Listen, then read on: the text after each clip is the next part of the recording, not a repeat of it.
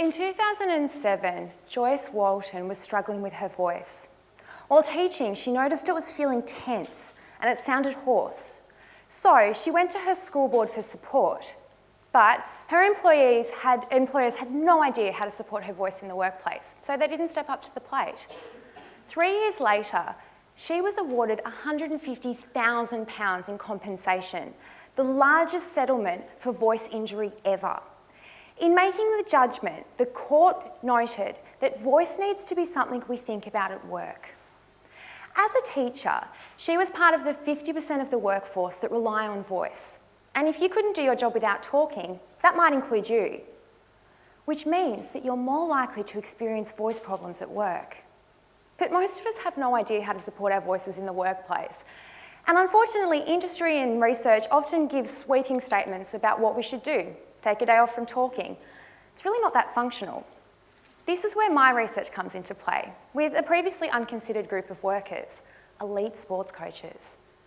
I spent over 320 hours working with sports coaches to find how they use their voice at work, through interviews, focus groups, questionnaires, and workplace observations, which delightfully often captured me on national television.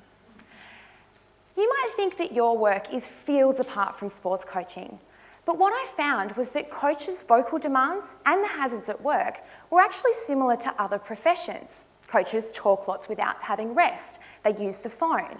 They forget to hydrate. They crouch while talking. Even occupational hazards that are impacted on by organisations, like making them still coach even when they're sick, were experienced by coaches. And while all these coaches battled with vocal health, none of them really knew what to do to support their voices in work.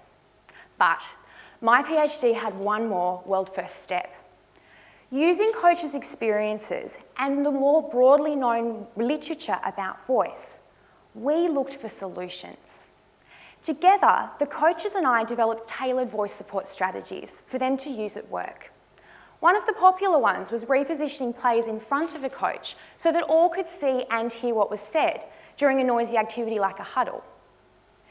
These strategies had significant impact on voice. But guess what? That wasn't the most exciting part. By participating in my research, these coaches had learnt to self-monitor their voices and started to self-develop strategies. And this game changer lasts well beyond my research. The voice of your game may not happen on a basketball court. It might be in a classroom, in a meeting, or even at the end of a phone.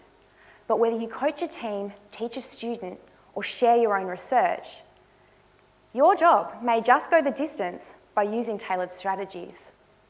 We need to utilise this research to find better ways of supporting your voice in the workplace.